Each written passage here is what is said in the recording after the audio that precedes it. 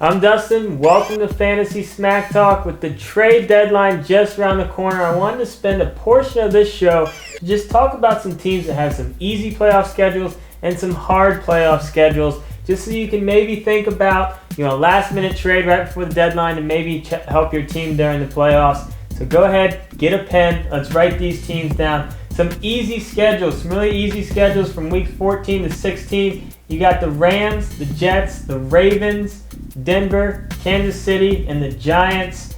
A couple of those teams I really like, as far as, if you can grab some of those guys, especially on the Ravens, got Washington, Denver, and the Giants. If you can get a Ray Rice, none of those defenses are really that scary.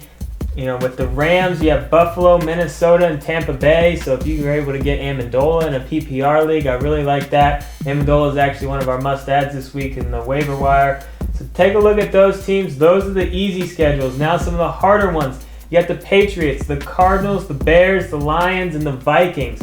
When you look at a team like the Patriots, they play Houston, San Francisco, and then Jacksonville. So Ridley, if you can sell high on him. The Cardinals, they play Seattle, Detroit, and Chicago. That's not really that nice either.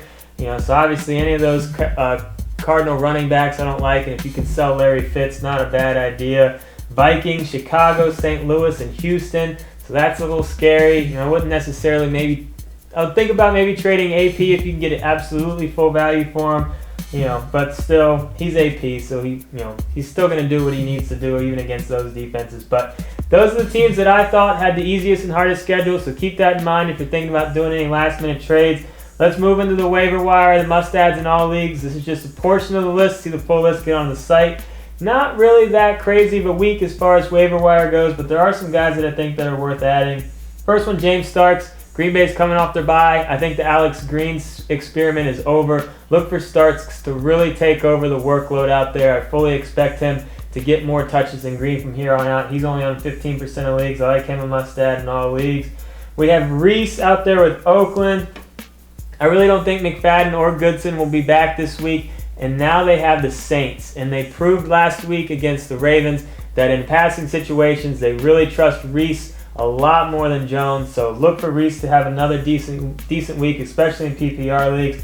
Andre Brown, he's on a 65% of leagues right now. Bradshaw, another injury popping up. He's going to get some tests going this week. We should know more. Giants do have a bye week 11, so there's a chance Bradshaw might be back, but Brown's too good to keep on waiver wires if he has a chance of being the starter. I think you should pick him up just to see what happens.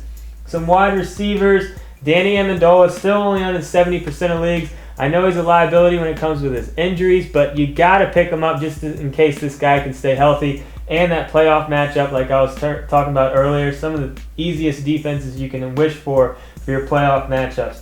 Darius Hayward-Bay, only on 55% of leagues. 4 solid games in a row for this guy, and I really like him week 11. I really like him as a pickup and play. They're going up against New Orleans.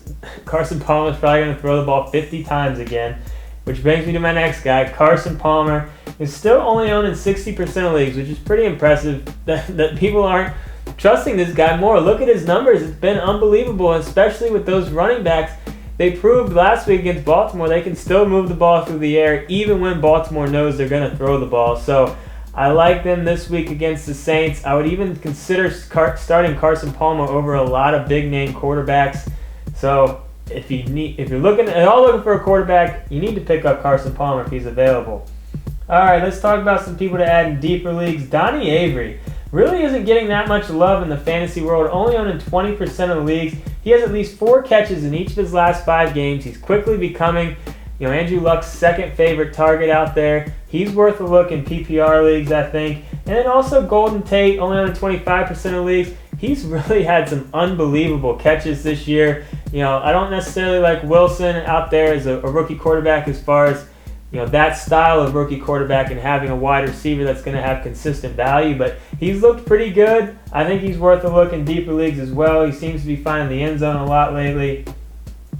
One defense for you that I really like as a pickup and play, and that's Cincinnati. They're going up against Kansas City. Week 11, the Bengals actually looked good week 10 against the Giants. I like their chances against Kansas City.